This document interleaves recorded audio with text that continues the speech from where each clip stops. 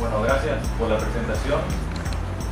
Está desactualizado el último dato, ya no somos más integrantes del Liceo. Ya se fueron. Gracias por la invitación.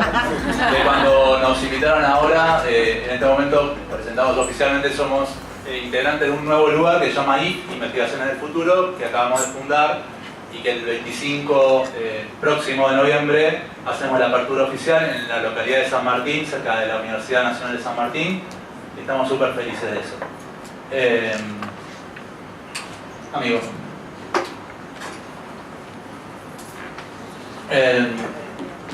Vamos a hacer un recorrido por algunos proyectos de lo que es el armado como este grupo que somos ahora. En un momento éramos más gente, pero como hace 77 empezamos a trabajar en el año 2006, a finales del 2005, y vamos a tratar de contar nuestros proyectos contándoles como una especie de cocina interna de qué cosas fuimos aprendiendo a medida que nos fuimos consolidando como grupo de trabajo, y en ese sentido qué cosas de la experimentación proyectual fueron sumándose o qué cosas volvieron al trabajo que hacemos,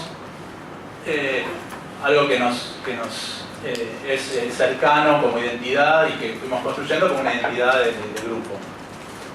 Por eso, bueno, empezamos hablando de la autoconstrucción, ¿no? Porque en algún sentido la autoconstrucción es no solamente de empezar a construir con nuestras propias manos, sino también una autoconstrucción personal. Con Gustavo nos conocemos desde el año 86, cuando empezamos la facultad acá, así que compartimos toda la carrera, después trabajamos juntos y aún seguimos juntos. Parece increíble, pero aún nos soportamos bastante bien. Esta primera imagen que mostramos tiene que ver con este título de la autoconstrucción y fue hecha, es una pequeña cabina para mis hijos. Yo alquilaba una casa muy pequeña y necesitábamos ampliarla porque nació primero mi hija, luego mi hijo y la casa quedó muy pequeña. Entonces pedimos permiso al propietario para hacer una ampliación y con la promesa de que cuando dejábamos la casa esto iba a estar en su estado original, o sea, era provisoria. Bueno, ¿cómo llegamos a hacer esto? ¿Cómo llegamos? Fue, digamos, en un verano que teníamos que hacerlo, pero fue más que nada decir, bueno, basta de tantas intermediaciones, ¿no? Porque siempre el trabajo del arquitecto es con intermediaciones. El arquitecto hace el dibujo, el plano, los presupuestos y después lo construye otro. Y en este caso fue, lo hacemos nosotros, directamente, queremos hacerlo. Conseguimos unos materiales muy baratos y accesibles, que eran esas placas, y lo construimos con Gustavo en 20 días en un verano. Fue una cosa así muy rápida. Bueno, en el caso particular de esta obra, es la condensación de, podríamos decir, 10 años de trabajo. Yo voy a decir, qué cosa, me dan 10 años para esto. Qué desastre. Pero esos 10 años fueron 10 años de formación post-facultad, que es la formación profesional, y una primera formación que es el paso por el grado, pero luego hay 10 años en los que uno está tratando de como encontrarse, de encontrar el lugar. Hay formación, lecturas, y también unas ayudas que nos da nuestro querido país, que es el estado de crisis permanente. Y eso lo aprendimos no solamente porque atravesamos el 2001 como una especie de mezcla de sentimientos encontrados entre que la crisis obviamente es algo que te moviliza totalmente y que te pone en un lugar, pero sino a partir de ese momento entendimos que la crisis era nuestro estado de vida, que no es que hay una relación dialéctica entre crisis y cambio. No queremos pensar que hay crisis y cambio y que el cambio siempre es bueno, pero podríamos pensar que la crisis es algo permanente, siendo que somos argentinos y nos dejamos de probar. Esta idea de que hay 10 años de una cosa y 10 años de otra, podemos darnos cuenta que hay 10 años de crisis, 10 años de crisis, 10 años de crisis, y en eso tenemos que vivir. Bueno, eso tardó 10 años para que nos demos cuenta. Entonces, esta casa es la condensación de una cantidad de cosas que nos volvieron autoconstructivos, valoradores del material de reutilización, para nada sustentables, o sea, supervivientes. ¿Sí? O sea, la categoría sustentable viene después, nos ponen la categoría sustentable, pero mientras tanto teníamos que sobrevivir. Sí, los nenes tenían que estar ahí arriba durmiendo, o sea, eso es, ¿no? Entonces, las mejores cosas que nos pasaron fueron cuando la vida nos atravesó la profesión, y la profesión atravesó la vida. Eso me parece que acá se condensa, por eso lo queríamos tanto esta obra, porque funcionó desde ese lugar también, detonó una forma de estar en el mundo que es pensar que hay algo que tiene un sentido cuando te atraviesa la propia vida. No es que la profesión va por un lado, la vida personal va por el otro. Sí, va todo junto. Y el sellito de sustentabilidad sí llegó después, una invitación posterior. Pero también en esos años previos a todo esto, también tuvimos una experiencia muy interesante en un club de trueque de artistas. Es una forma de decirle, ¿no? O sea, sí, fue un proyecto artístico. Proyecto Venus se llamaba, y tenía como esa fase de club de trueque, pero también fue previo al Facebook, y también había una interfase muy interesante por internet, donde se intercambiaban todo tipo de cosas, pero sobre todo había como un sentido de comunidad muy interesante, y había una sede donde nos reuníamos, y se proponían todo tipo de proyectos colaborativos, y sobre todo ahí aprendimos muchas cosas, como por ejemplo la relación con los materiales. O sea, los artistas hacen sus propias obras, no las están mediando a través de otros. Hay excepciones, pero ahí también aprendimos esto de hacer las cosas con las manos e implicados con las manos, y eso también se refleja en esta construcción. Bueno, esos son mis hijos cuando eran chiquitos, ya están grandes, pasaron varios años. Sí, esto es 2006, así que calculen que ya son adolescentes, la casa esta ya está desarmada, ya estás viviendo en otro lugar. Sí, pero siempre la recuerdan y dicen, ¿cuándo vamos a construir otra cabina de estas? No, son grandes ya, pero... Los dibujos se hacían después, o sea, nosotros construimos en el lugar la maqueta uno en uno y la entrega del dibujo cuando nos dijeron, che, hay que publicarlo, que eso fue como el momento de sinceramiento, de decir, che, ¿cómo era esto? Escribirlo, a ver cómo... Pintarlo lindo. Pero era parte de un trabajo que habíamos hecho en una etapa anterior que tenía como una recurrencia sobre módulos habitables que se podían aplicar, sacar. Le habíamos puesto Plug and Leak System, que es un poco como se llama el blog nuestro, pero que era un sistema de construcción, de habitabilidad, que permitía como incorporarse de una manera medio parásita o de entrar en algún lugar y funcionar así. Entonces, bueno, esto decantó también en esta forma que fue que los chicos duerman en un lugar y que Sabi toque el piano bajo, porque claro, también era eso. La planta baja y no está dibujado, pero ahí falta un piano.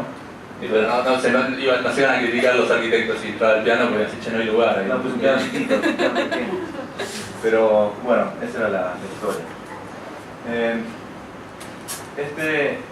Hubo un concurso muy interesante promovido por el CMD, que se llamaba Festival de Diseño de Buenos Aires, y ahí aplicamos una idea, un concepto que era de un centro cultural nómade. El concepto del concurso al que nos invitan era ¿qué harías adentro de un contenedor portuario? Entonces, ¿cómo hacer? Claro, lo tendríamos que exportar, contenedores de diseño para el mundo. Para el mundo, era para exportar, era una promesa fantástica. Sí, bueno, humo. El asunto es que ganamos el concurso, sí, salió primer premio, era nuestro primer concurso que ganamos, pero siempre que nos presentamos nosotros hay habilidades que tenemos y otras que no tenemos. Claramente no sabemos hacer concurso, esto de sociedad central, esa cosa no funciona, no dan los números, nunca dan. Si hacemos uno para afuera a veces pegamos cosas, pero el de sociedad central, esa lámina 4, A1, A0, todas esas cosas no entran. Pero en este concurso que lo ganamos tuvimos esa fortuna, pero tuvimos la desventura de que nos dijeron, bueno, lo construyen, después les damos el dinero. Otra trampa. Una trampa en la que caímos. Entonces dijimos, che, esos paneles baratos con los que hicimos la cabina de los chicos. Bueno, averiguamos precios y había unas cajitas que estaban muy buenas, que venían de Brasil, que traían partes de autos para las fábricas.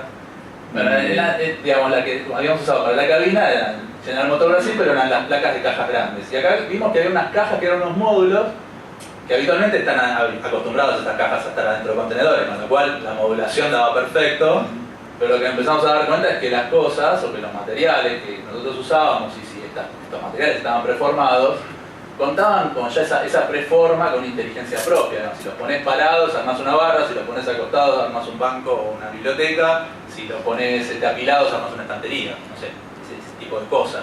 Sí. Parecen muy elementales, pero digamos, a este dibujito, que era como el diseñador haciendo, ¿no? Era como el aprendizaje que estábamos teniendo era que las cosas nos estaban dictando cómo tenían que ser hechas y lo previo no nos estaba dando información sobre eso. Sí, estos dibujos también se los dimos a unos carpinteros, pasamos sus números y era todo imposible. Tiene que pararlo uno mismo, y ahí salió esta idea. Y bueno, pero fue mucho más interesante este encuentro con esos materiales y con la posibilidad que tienen esas cajas de ser recortadas, ensambladas, cambiadas algunas dimensiones, o con los mismos huecos hacíamos las ruedas.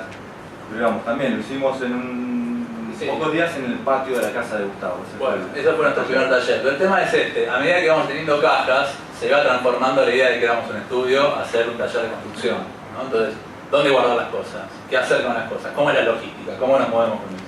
Entonces, ahora vamos a contar una fábula que es la historia de las 18 cajas, que consta de 3 proyectos.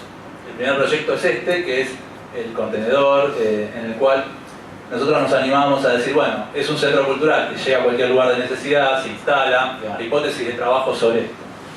Un contenedor ocupado por una pared plegada donde está todo el material puesto contra un lugar, luego llega a un lugar de necesidad o de fundación nueva, de recurrencia para una necesidad que tengan en una cuestión, y hacemos una acción cultural en ese espacio.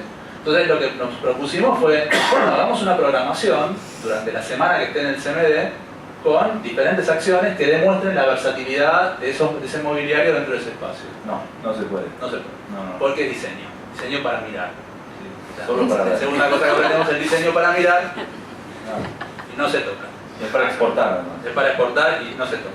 Entonces, una semana estuvimos haciendo como que hacíamos, pero no se podía hacer nada. El asunto fue que a la semana habíamos conseguido estar incorporados, nos invitaron a la última muestra que se hace en el Correo Central antes de convertirse en el Centro Cultural Kirchner, o sea, antes de que entre la obra, se hace el estudio abierto. El estudio abierto es un evento que se hacía todos los años durante una cierta cantidad de tiempo en inmuebles que eran posibles de usar por el gobierno de la ciudad o que tenían alguna posibilidad de ser ocupados temporalmente, y entonces se hacían muestras de arte en donde no solamente se abrían los estudios de los artistas, sino también había exposiciones en todas partes de la ciudad. Esta última fue en el Correo. Y justo se inauguraba cuando se desarmaba esta. Claro, entonces calzaba todo, las 18 cajas al camión. Ahí va, arriba. Al camión. Entonces, institución efímera, dijimos, ¿por qué? Porque ya veníamos pensando en la idea de que nosotros podríamos llegar a tener una máquina de hacer instituciones, ¿no? O sea, hicimos una institución cultural, ahora hacíamos una institución que versaba sobre el tema de la comunicación. Y todo sin dinero, pues todavía no habíamos cobrado el... No, todavía no habíamos cobrado. Hay que pagar el 4.000 pesos era, yo me acuerdo de eso. 3.000 pesos salió la casa de los chicos, 3.000 pesos el dólar 1.3, 3.1. O sea que eran $1.000. Y esto eran 4 lucas que cobrábamos de premio. Y había que con 4 lucas hacer esa magia. Bueno, Argentina.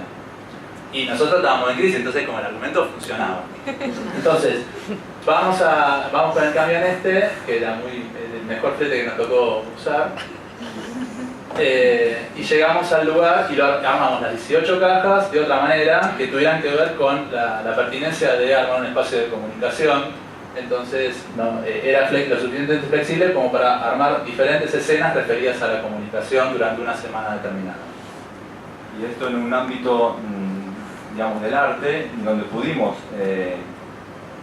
diagramar una serie de acciones y fueron muy bien aceptadas, digamos, dentro de esta exposición. Porque como bien todos sabemos, el arte es para usarlo. O sea, el diseño para mirarlo, el arte para usarlo. O sea, son cosas que fuimos aprendiendo. El diseño se volvió contemplativo, el arte se volvió performático. Entonces, nosotros no éramos ni diseñadores ni artistas, éramos arquitectos que para los diseñadores no éramos diseñadores ni para los artistas éramos artistas.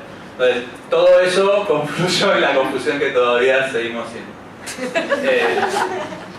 La idea de que hubiera una programación, dice Roberto Jacobi, que es una autoridad del arte contemporáneo argentino, Diego Melero, Kiwi Science, una ONG que era Acceso Ya, que refería al tema de la accesibilidad en la ciudad, y un montón de otras actividades. Durante una semana fuimos tratando como de programar el espacio, y en ese punto también una nueva cosa que se suma como aprendizaje del trabajo era que no solamente nuestro trabajo podía constituirse en microintervenciones, construcciones que eran como instalaciones, sino también podíamos programarlas, o sea, podríamos darle utilidad o podríamos empezar a gestionar cuáles eran las actividades con las cuales esos objetos podían tener algún sentido mayor. Ahí teníamos el control de todo. Diseño, programación, estábamos con los hilos de toda la institución. Eso fue como algo interesante. Un poquito de tiempo después, esas 18 cajas estaban guardadas, pero nos vino una invitación para ir a una muestra que trataba sobre el tema de las moradas transitorias. Vivienda transitoria, moradas transitorias era el nombre de la muestra, de una muestra que iba a ser en el Museo de Niemeyer en Brasilia, y que iba a tener diferentes versiones, interpretaciones de la vivienda mínima o de la interpretación sobre la morada transitoria en diferentes disciplinas del diseño. ¿Qué hicimos? Las mismas cajas. Las 18 cajas 18 cajas van a Brasil. Exportadas. Entonces las 18 cajas vuelven a su país de origen, ya ahora envueltas en otras cajas, o sea, hubo que embalar las cajas, hubo que fumigar las cajas, hacer el trámite de exportación, embalarlas en otras cajas y que llegaran al museo y que formaran parte de una colección con un ascenso de clase determinado. Entonces ahí se nos volvió como muy sintomática la idea de pensar en esta cuestión de retrasar la caducidad de las cosas y que formara parte de nuestra agenda de trabajo la idea del reciclaje, la reutilización, ya no tanto como supervivencia, sino también decir, bueno, tratemos de ver qué podemos hacer con el material de descarte industrial. Sí, en un momento nos encontramos con un gerente de la General Motors en la inauguración, estaba encantado con esto. Tenemos que hacer muchos proyectos de este tipo. Sí, bueno, son cosas que se dicen en el momento con un poco de champán, pero esta que ya tenía como una vivienda, lo que le agregamos, con las mismas cajas, digamos, hicimos esta parte superior donde está la chica, la cubierta verde y la parte para dormir, entonces todo lo demás formaba parte de una microvivienda compacta y plegable y desplegable, ¿no? Sí, pues son los mismos elementos, a lo sumo habremos agregado alguna pieza nueva, pero son todas las mismas piezas originales. Y lo interesante es que también fue adquirida para una colección privada, así que no sabemos hoy si están allá en Brasil todavía y si forman parte de alguna colección. Bueno, esos tres trabajos formaron parte como de objetos que tenían que ver con alguna muestra, que mal que mal tenían que ver con la esfera de la escena del arte contemporáneo, porque ya no estaban en función de un uso concreto, sino que eran exhibiciones de ciertos temas. El proyecto siguiente es el Centro Cultural Nómade, que en cierta medida surge como el contenedor ese que habíamos mostrado antes, viene desde ahí. En una charla en Arte Va nos invitan para conversar sobre el rol de los museos en la actualidad, junto con autores de arquitectura de otros museos, y cuando terminamos la charla, que contamos ese contenedor, la directora de Proa nos dice, a mí me gustaría hacer ese proyecto en la vereda de la Fundación Proa. Y entonces, bueno, lo que pensábamos en ese caso era, porque todo esto se financió dentro de la ley de mecenazgo, era de que el contenedor en un solo lugar quieto no tenía sentido, entonces el valor de nómade implicaba que la unidad de este elemento se moviera por la ciudad, se moviera por 3 barrios diferentes de la ciudad que tuvieran necesidades diferentes y que pudiéramos enlazar la actividad de cada una de las temporadas en las que estuviera depositado ese contenedor en algún espacio público de la ciudad con una institución que lo cobijara, que ayudara en la programación y que por ese intermedio nosotros nos convirtiéramos en mediadores y que vinculáramos cada una de esas instituciones en un circuito que hasta entonces no existía. O sea, poder ser como mediadores o como agentes de relación entre instituciones que hasta entonces no tenían un vínculo entre sí. Sí, también es muy importante destacar un poco el concepto que tuvo Proa de esto, de pensar que este objeto iba a ser como el vínculo con los habitantes del barrio, y eso nos pareció también como que cerraba el concepto.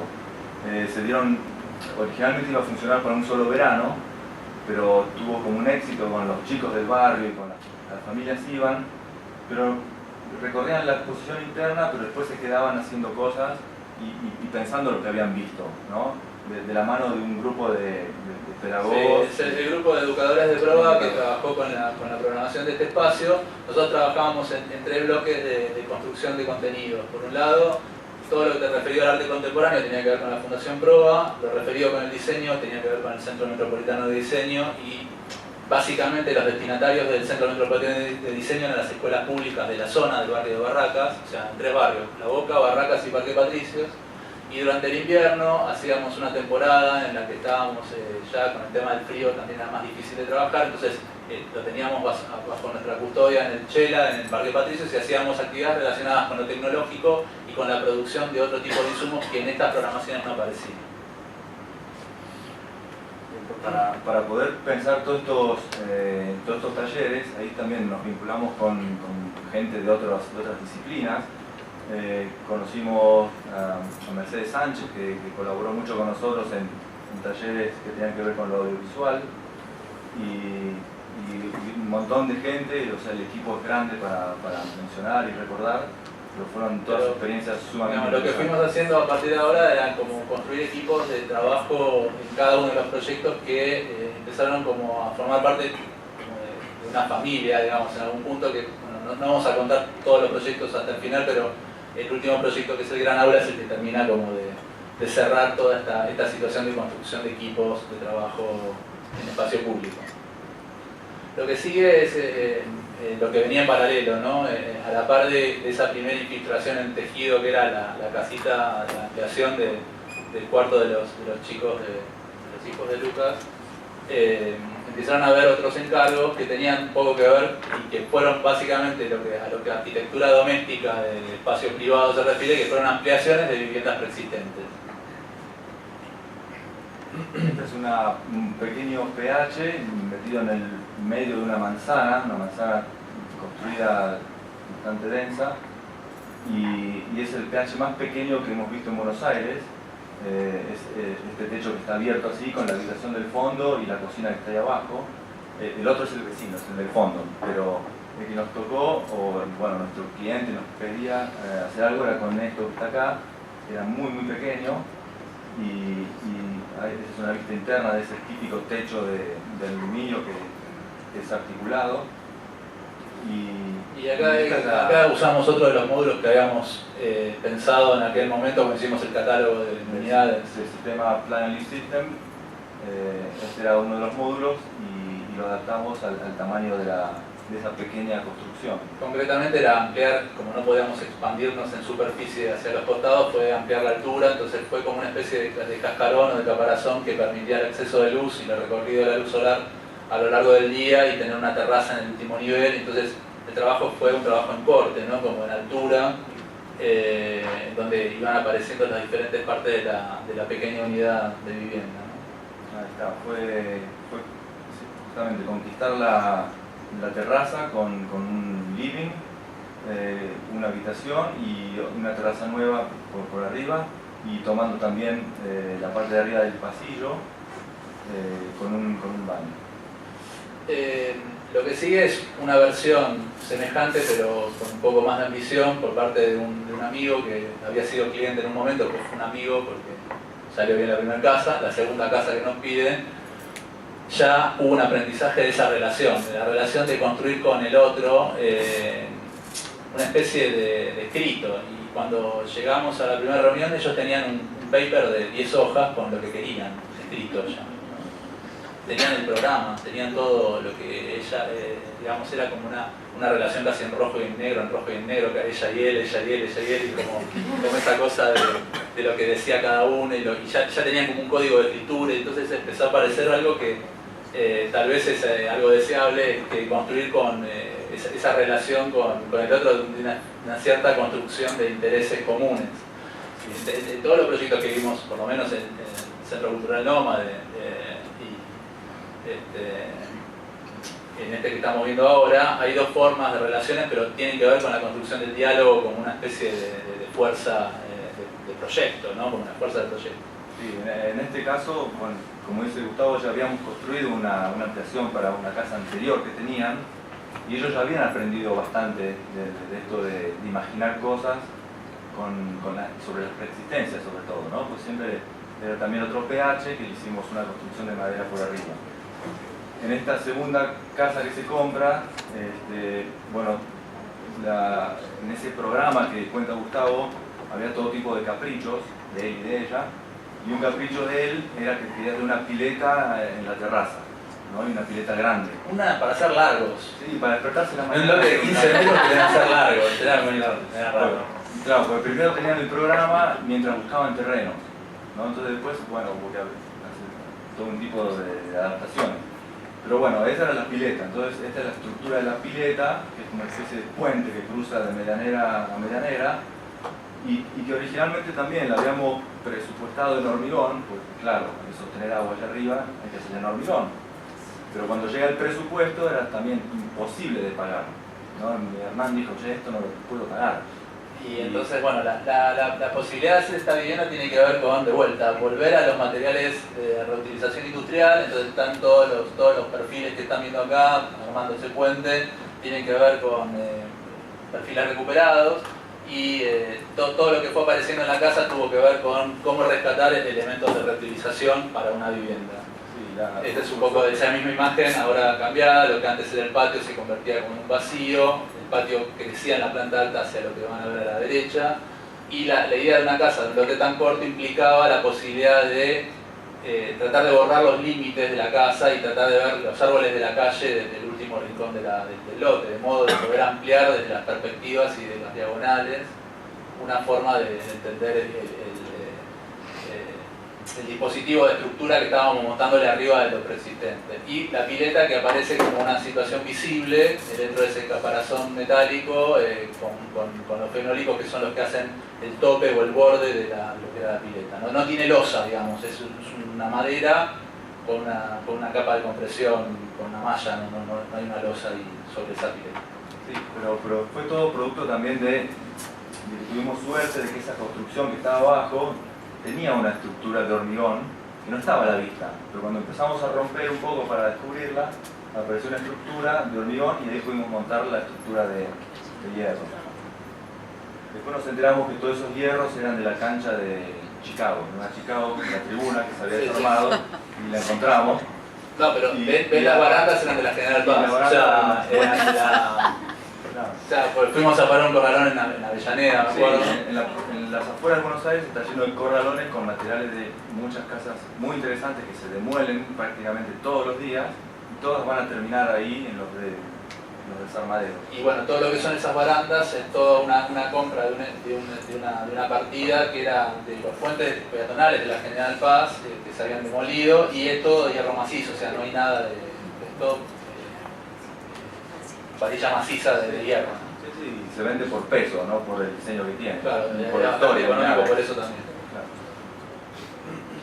Este es el patio que está entre las habitaciones de los chicos que están al frente. Es el baño es el que tenemos ahora al frente. Ellos siempre quisieron dormir al fondo porque no quieren saber nada con los ruidos de la calle, entonces la habitación de ellos está atrás. Arriba está el quincho y la famosa pileta. Bueno, la pileta. Ahí está. Pero bueno, lo que empezaba a aparecer era como el trabajo nuestro se movía entre esta cuestión de construir dispositivos de orden público y encargos privados que tenían que ver más que nada con estados de necesidad de ampliaciones familiares o de movimientos familiares. O sea, era como nuestros clientes tenían que ver con algo parecido a lo que nos estaba pasando a nosotros personalmente también. Sí, hoy en día queríamos ir a visitar la casa con un grupo de alumnos, pero justo nos escribe Hernán, el propietario, y me dice, no chicos, estoy haciendo arreglos. No, pero lo interesante es que él dice, yo aprendí muchísimo de ustedes, les agradezco muchísimo todo lo que aprendí de arquitectura y de esto, porque estoy arreglando yo con mi hermano. Era excusa para no pagarnos un mango. Genio total. Pero no, realmente cuando hizo el entrepiso que estaba pendiente, lo hizo él con sus manos. Claro. Hizo un montón de arreglos a la casa y de mejoras y cambios, pero agradecido que aprendió con nosotros. Si nos carga, pues se puso G78, ¿no? ¿Qué es el apellido de él? Bueno, acá es otro caso de una ampliación de una vivienda. En este caso es un atelier para una amiga nuestra que es coreógrafa y era bailarina, y empezó a trabajar en construcción de piezas de pequeña dimensión, de obras bordadas, y necesitaba un lugar para trabajar ella. Su origen es en el sur del país y tenía como una cuestión de algo que quería tener, como un rincón en madera, producido en madera, y esta fue la maqueta que llevamos. Dijo, listo, se hace, o sea, el cliente más genio del mundo, menos complicado del planeta, listo, se hace, y lo hicimos. O sea, acá no tenemos nada que contar. O sea, el tema del proceso, el proyecto y demás se condensó, pero también porque, de vuelta, hay una hipótesis probable, en todo esto por ahí nos saca un poco de trabajo, que el 50% de la obra de un proyecto de arquitectura tiene que ver con el cliente. Digamos, no, y ahí hay interdisciplina, no sé, no hay disciplina, hay colaboración. Hay colaboración, bueno, pero hay una relación entre también la especificidad de las personas que piden algo y saben lo que quieren y demás, y tiene que ver también con un contenido de educación respecto a las formas de vida, que no sé si no es alguna asignatura pendiente en nuestro pensamiento, en nuestra formación de todos nosotros preuniversitaria, antes de entrar en ninguna carrera, antes de pensar en cualquier cosa. ¿Cómo nos pensamos como ciudadanos? ¿Cómo nos pensamos como parte de una ciudad? ¿Cómo nos pensamos como personas que pueden llegar a querer que una ciudad sea de tal o cual forma? ¿Eso forma parte de nuestros intereses en la escuela? ¿No tendría que ser eso la escuela? ¿Pero qué estamos haciendo cálculo? ¿No? ¿Para qué perdemos una prueba? Oye, los chicos no saben nada de matemática, pero loco, estamos viviendo todos juntos. No estamos viviendo todos juntos haciendo cuentas, estamos viviendo todos juntos viviendo juntos. Entonces, eso si no forma parte de la situación académica, y es uno de los temas de preocupación en nuestra actual situación de tener un espacio nuevo de trabajo, el hecho de cómo la educación media forma parte de la sociedad, cómo se integra a la sociedad. Ya ni siquiera digo la primaria, digo ni siquiera de la universidad, cómo la educación media, cómo la secundaria forma parte de los intereses urbanos o de los problemas urbanos. Sí, digamos, con nuestros clientes, amigos, lo que siempre hay también es una gran confianza, ¿no? Y eso también es como algo como para destacar, porque es como que no nos cuestionan 18 veces las cosas. Las proponemos y más o menos, bueno, nos entregamos a que esto funcione y allí hay confianza y salen las cosas bien. Y en este caso la construcción fue con un carpintero, porque hay muchos detalles y encuentros que necesitábamos de alguien con más experiencia. Nosotros hicimos algunas partes como, no sé, la ventana, la mesada, pero el grueso está hecho por un carpintero, que fue la primera obra que hizo ese carpintero, así que también aprendió bastante. Bueno, y a raíz de eso también surge otro proyecto que es otro fondo de lote, otro que quincho. es un quincho atelier de trabajo que era para una pequeña editorial de libros de moda que se llama Quiero, y era básicamente un set de fotografía. Entonces la figura sobre la que trabajamos fue principalmente el hecho de el tiro de la cámara, o el de construir algo que pudiera en los metros que necesitábamos resolver el problema de la ubicación de la cámara y una toma de una imagen satisfactoria. Sí, es una combinación de editora de revista, que es ella, y él es el fotógrafo, y trabajan juntos en ese estudio. Ahí a la izquierda están los escritorios donde están las computadoras, y esa es donde va la cámara, está el trípode, y al fondo están los telones que usan para las fotos. Y atrás del telón está el depósito de todas las revistas que no vendieron. Entonces, bueno, también nuevamente lo que empieza a aparecer es toda una forma de acceder a la carpintería y al desarrollo de la estructura, y a poder resolver rápidamente un problema y llevarlo adelante en muy poco tiempo. Entonces, las obras también empezaban a ser como unas especies de ecuaciones entre los costos que íbamos teniendo y la posibilidad de satisfacer rápidamente el problema con el uso de los materiales que teníamos. Entonces, estas dos últimas, que son de madera, ya no tienen que ver con la reutilidad, pero sí tienen que ver con otro tipo de demandas que forman parte de esta cosa de infiltrarse en un lote, cómo utilizarlo mejor, ese tipo de cosas que tienen que ver con más la ocupación del suelo y la mejora de la calidad de vida. Sí, y convertir el famoso quincho en un lugar de trabajo, ¿no? No tanto en el asador famoso. El proyecto que sigue es un proyecto que vino como muy en sintonía o muy cercano en tiempo al Centro Cultural Nómade. Es más, cuando nos encargan el Centro Cultural Nómade, nosotros estábamos viajando a Barcelona a hacer este proyecto. Este título, para una política de constelaciones temporarias, tiene que ver con otro aprendizaje que fue cómo acceder a la acción en ámbitos de una cierta complejidad, de pequeña escala, digamos, en ámbitos urbanos, en la lectura del problema y cómo encontrar soluciones dentro de esos mismos lugares.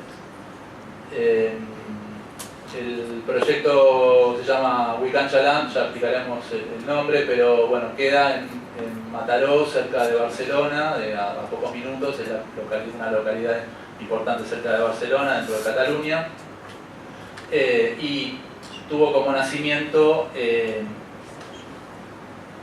ese centro donde nos llaman, una residencia, era una residencia para artistas, dentro de un programa, un plan de la Generalitat de Cataluña de construir centros de residencia y producción de obra de arte. Era un plan piloto que implicaba, la primera base era Canchalán, que era este centro, un lugar para que artistas de diferentes partes del mundo pudieran aplicar un proyecto y que pudieran ser acompañados en su desarrollo y en su puesta en marcha. Y en ese entonces también lo que hacían eran una serie de workshops y de actividades, dentro de las cuales una de ellas fue la construcción de esto llamado Chiringuito por el autor. El autor es Tadashi Kawamata, es un artista japonés bastante conocido en el circuito del arte contemporáneo, que desarrolla una instalación. Para ser claros, si ustedes empiezan a ver al fondo de esta imagen, empieza a ver como una obra en construcción, pero lo que tenemos como horizonte es el Mediterráneo, o sea que este centro cultural tiene vista al Mediterráneo. Esta instalación tenía que ver un poco con construir un mirador, pero también localizar un lugar dentro del patio, el jardín del centro de residencia. Y bueno, lo que nosotros recibimos es esta noticia. ¿La querés contar? El Chiringuito lo incendiaron. El Chiringuito fue incendiado, no se sabe bien por qué, pero el peritaje dio que fue algo a propósito.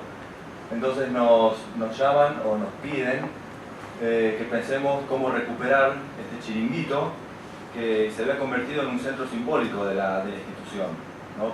Digamos, ahí se hacían las fiestas de fin de año y habían logrado mucha identidad. Pero bueno, hay también una tradición incendiaria en Cataluña, ¿no?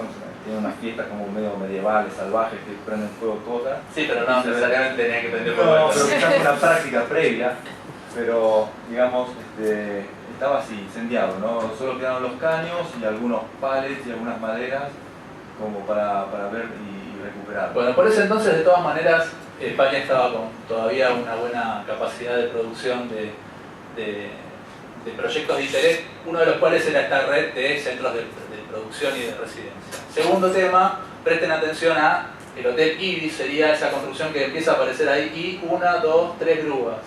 Nada, son datos, vamos tirando pistas. Después, no spoileamos mucho, pero vamos tirando pistas. Algo del fondo.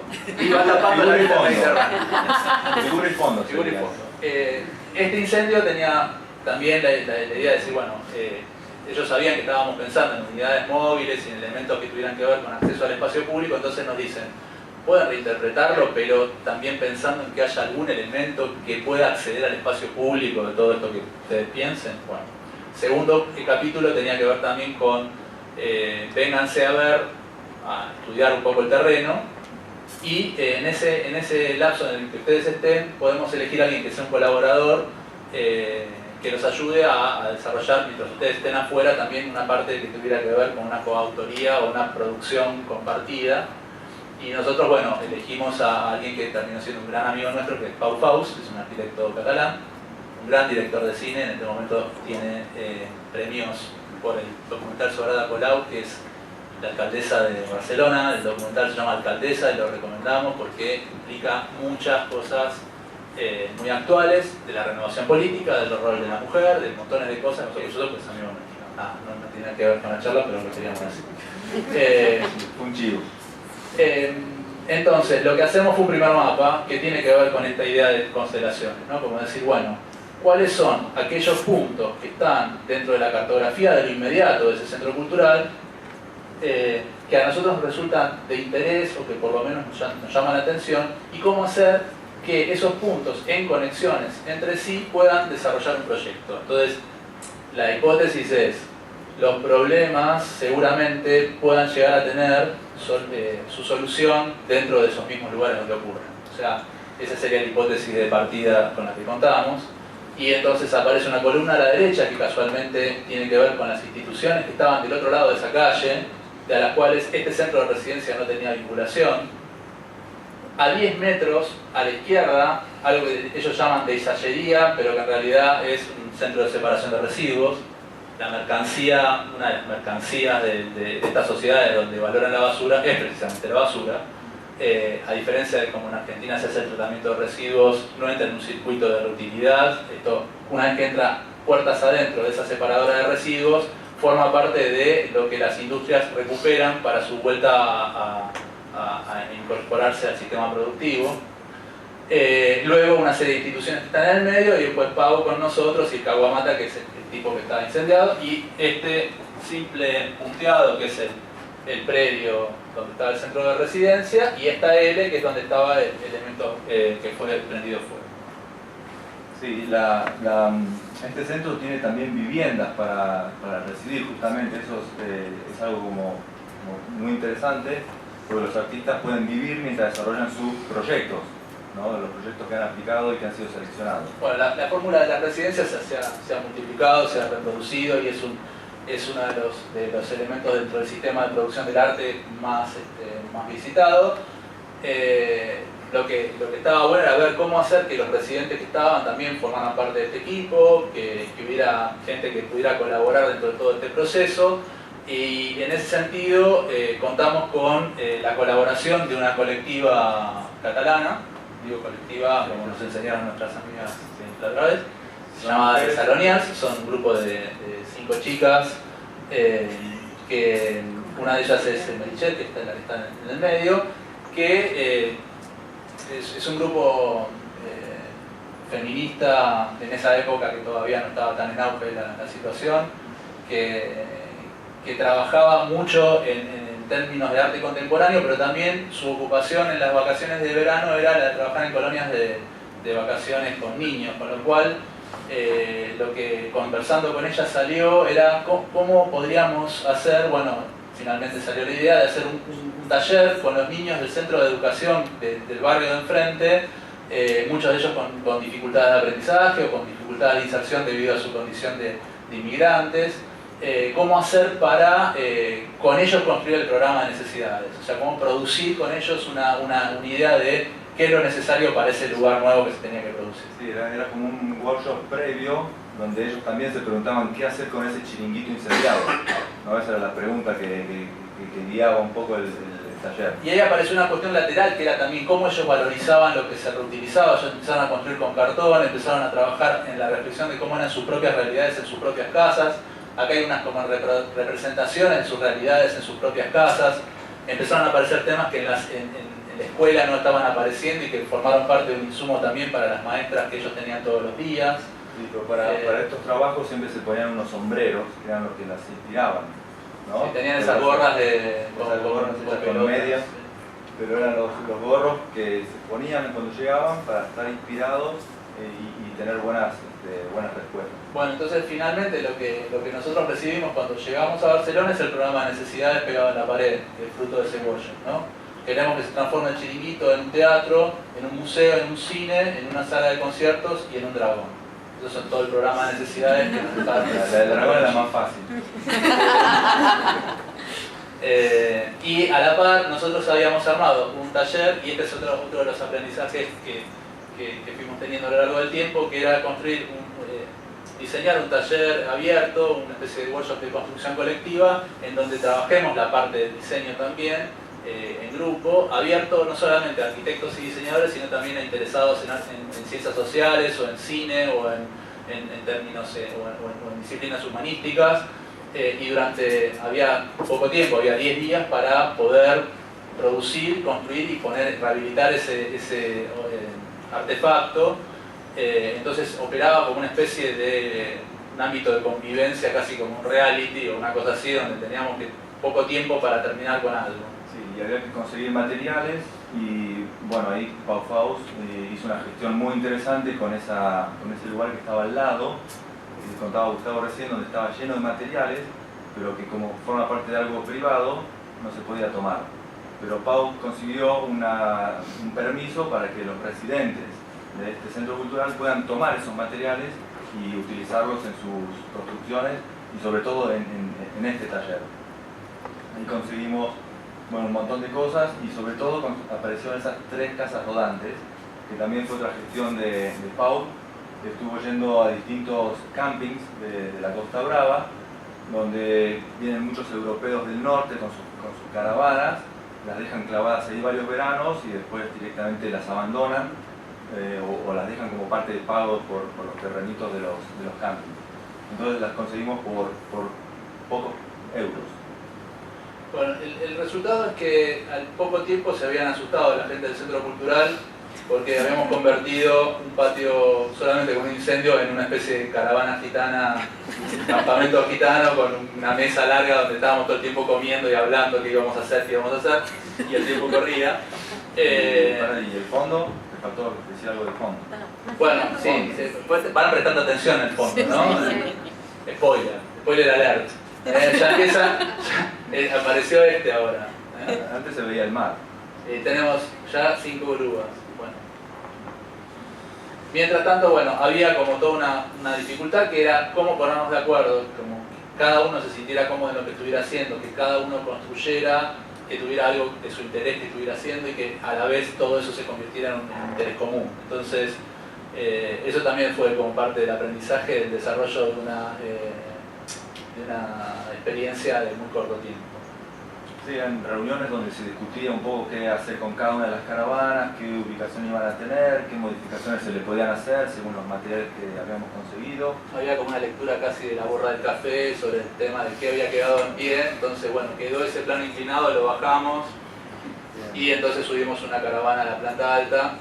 Y entonces va a quedar, la hipótesis de trabajo era una caravana arriba de la planta alta y otra abajo que fuera la que hiciera todo el trabajo de conexión con el barrio y vínculo con actividades al espacio público. Entonces el desafío era cómo subir una caravana de estas ahí arriba, pero sin usar una grúa, ¿no? Ese fue un poco el desafío que se planteó en el grupo. Estos son los momentos previos y ahí todos empujando con una soga y una polea y con fuerza.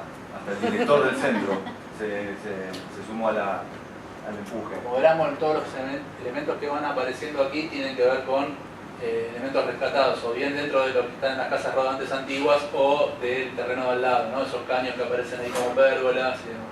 Al final del ascenso de la casa rodante, la rampa se convierte en un jardín inclinado, un poco también trabajando con el jardinero oficial que tenía el centro de residentes. Entonces fuimos incluyendo de a poco a cada uno de los miembros de la comunidad de ese centro cultural.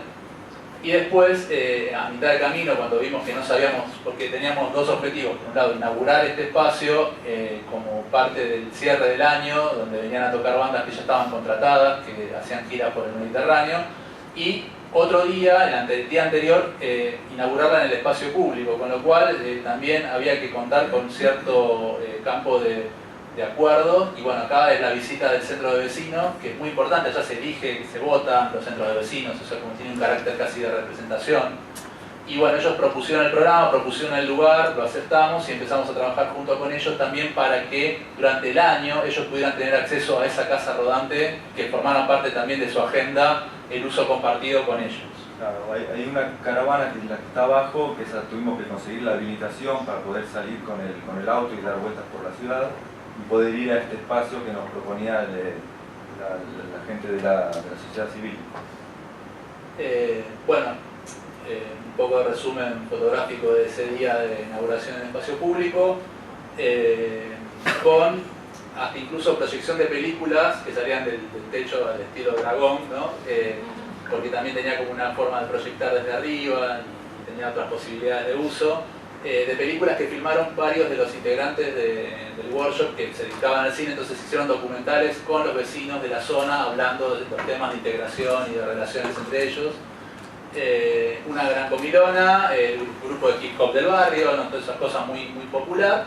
Y luego el otro día el recital con cosas pre-hipster, pero más o menos, ¿no? O sea, antes de la época de los hipsters, pero ya grupos como que venían contratados de antes del lugar. Entonces, lo que se produce aquí es como el evento de inauguración que deja a esto funcionando durante unas temporadas, son casi 3 o 4 años, en donde durante el año se presentaban la convocatoria para proyectos artísticos, cómo usar esta casa rodante móvil, cómo usar la infraestructura. Entonces se elegían 2 proyectos por año.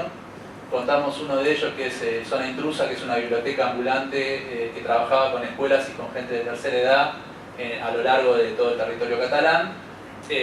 Luego, bueno, este es el mapa de la constelación final de quiénes son los que terminaron formando parte, y uno de los que terminó siendo como una especie de sponsor fue el camping y la planta de separación de residuos. O sea que terminamos integrando también a aquellos que colaboraron con elementos de interés. Este es otro de los proyectos que es una especie de trabajo de recopilación antropológica de la vida al aire libre, sobre todo en la costa del Mediterráneo, en esa zona, hecho por una pareja, Sofía y Miquel. Y luego, bueno, esto había sido en el 2009, en 2012 ya forma parte de la papelería y de la cartelería de las Puertas Abiertas, que es el festival de fin de año, pero se avecina, ustedes ya verán las fotos de atrás, ¿ven?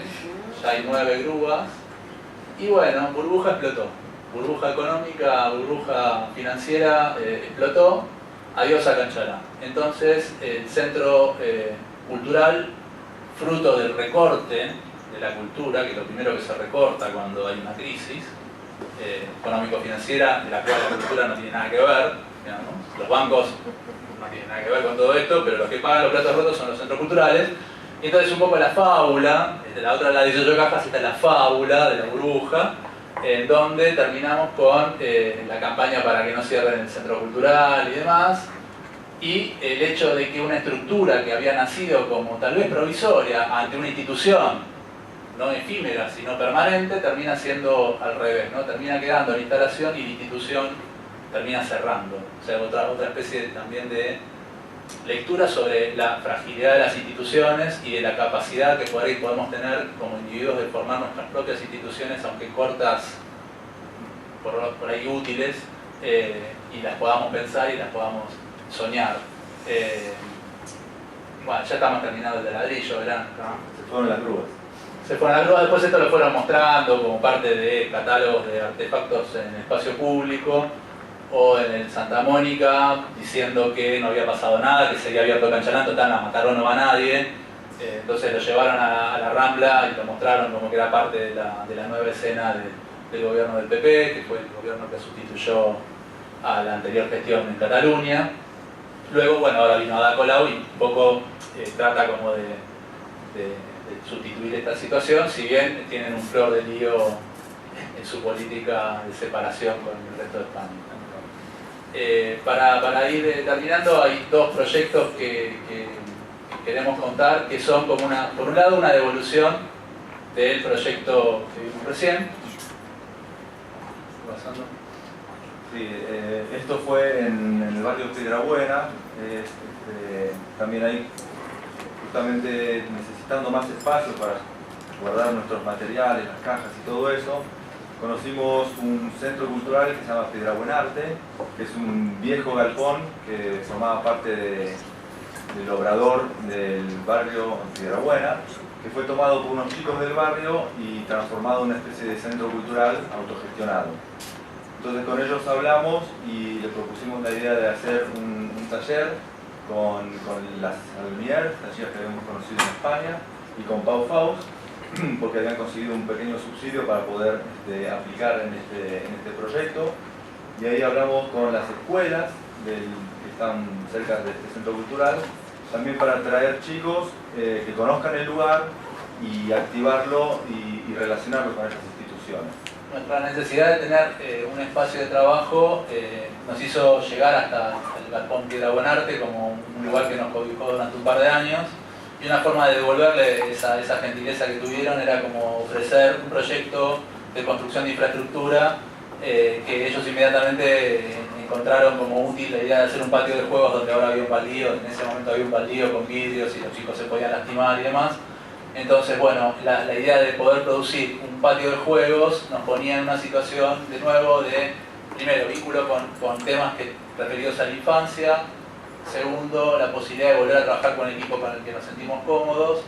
En otra forma, armar una nueva red o una nueva constelación, pero ya en un barrio popular de la ciudad de Buenos Aires, desde una problemática local. Incorporar a una comunidad educativa completa, ¿vale? Es decir, había acá involucrados 1000 chicos, o sea, los chicos de ciertos grados de 3 escuelas diferentes, de grado de primaria, y nosotros íbamos pasando por las escuelas, contábamos el proyecto y ellos durante una semana iban a trabajar visitando el Galpón Piedra Buenarte, visitando nuestro panteón de cajas, que era donde nosotros almacenábamos las cajas que íbamos recibiendo para poder reciclar. Entonces con eso habíamos construido un recinto también para estar, o un lugar para colonizar un poco ese galpón que era muy largo. Sí, acá todas estas actividades eran guiadas por Les Salonier, donde hacían todo tipo de reconocimiento del espacio a través de distintos juegos, y básicamente en el interior y en el exterior del galpón, ¿no? Luego también colaboraron muchos estudiantes de arquitectura de distintas facultades, dando una mano con los chicos y para que los chicos dibujen sus ideas, y después hicimos unas reuniones entre todos para poder interpretar esos dibujos. Eran dibujos muy interesantes y había que ver, bueno, si estos proyectos propuestos por los chicos eran posibles de ser construidos. La dinámica que se había propuesto las Salonier era durante una semana pensar que los chicos pensaran en el acto de jugar, o sea, como que ellos pudieran construir de qué forma entendían ellos que el juego tenía como un sentido. Se había puesto como una limitación que era entenderlo por una cuestión presupuestaria también, de poder producir un circuito de juego. Entonces verán, este dibujo expresa un poco esa situación de continuidad, pero concentración de un juego en un solo lugar. Y a la par de todo jugar, o sea, no era un workshop constructivo, sino un workshop para jugar. Este es el momento que estamos todos los arquitectos interpretando esos dibujos y discutiendo las posibilidades de construcción. Luego, como siempre, la recolección de distintos materiales, como ruedas de auto que por todo el barrio, son muy sencillas de encontrar en cada esquina, y la compra de algunos postes para poder armar la estructura. Ahí se ve de fondo el conjunto, como estaba en ese momento. Esto es también la construcción ya con los chicos, una maqueta que hicimos un día de lluvia que no se podía trabajar, entonces me pareció eso. Y bueno, fue ensamblar esos postes, que son muy sencillos, y están todos los temas que habían propuesto los chicos, ¿no? Las redes, una red con ruedas, un tobogán, espacio para subir, trepar, las hamacas que habíamos probado con ellos por el otro lado. Y además durante la construcción nos venían a visitar los chicos, hacían como el control de obra, venían a ver si estaba todo bien, según los planos. Y el último día, el día de la inauguración, vinieron los 3 colegios, se llenó de chicos, la estructura medio que se movió un poco, pero resistió. Ahí están todos subidos. Y el último proyecto que vamos a contar nos devuelve a San Martín, que es el lugar que les contábamos, a donde volvemos ahora con nuestro nuevo espacio y donde soñamos con hacer cosas de este tipo. En relación a este trabajo que hicimos de una manera casi amateur, casi sin permisos municipales, casi dentro de la total fragilidad, nos llaman del gobierno de la provincia de Buenos Aires para hacer eso. en ese mismo ámbito de fragilidad, ¿no? Tampoco era que nos estaban dando mucha ventaja, sino que estaban diciendo, bueno, podemos hacer un plan piloto en el barrio de Villa Hidalgo, en San Martín, y veamos si podemos construir algún equipamiento. En principio eran juegos infantiles. Pero recorriendo el barrio, mirando la situación, lo que menos necesitaban eran juegos, eso estaba claro. Pero fuimos a visitar una radio. En general todos coincidían que al club no le habían dado nunca nada y a todos le habían dado algo. Entonces, este era el club, era en Baldío. Ahí se reunían los chicos a jugar al fútbol, a entrenar, a aprender a convivir como equipo. Es probablemente los clubes el lugar donde por ahí condensa la mayor cantidad de chicos fuera de la situación escolar, con una actividad que los cobija, que les da como cierto nivel de identidad o los pone en una situación de trabajo grupal. Tenía este nivel de abandono también porque era un lote que había sido cedido por un privado, el gobierno se los había dado al club, digamos, después de 20 años de existencia. Entonces tenían solamente este predio y la idea era cómo poder intervenir de alguna forma. Cuando nos juntamos a hablar con las autoridades del club, nos dicen que a ellos les vendría bien tener un techo de sombras, como para que los chicos pudieran tomar la leche a la tarde y que también tuvieran algún lugar donde reunirse, una especie de quincho.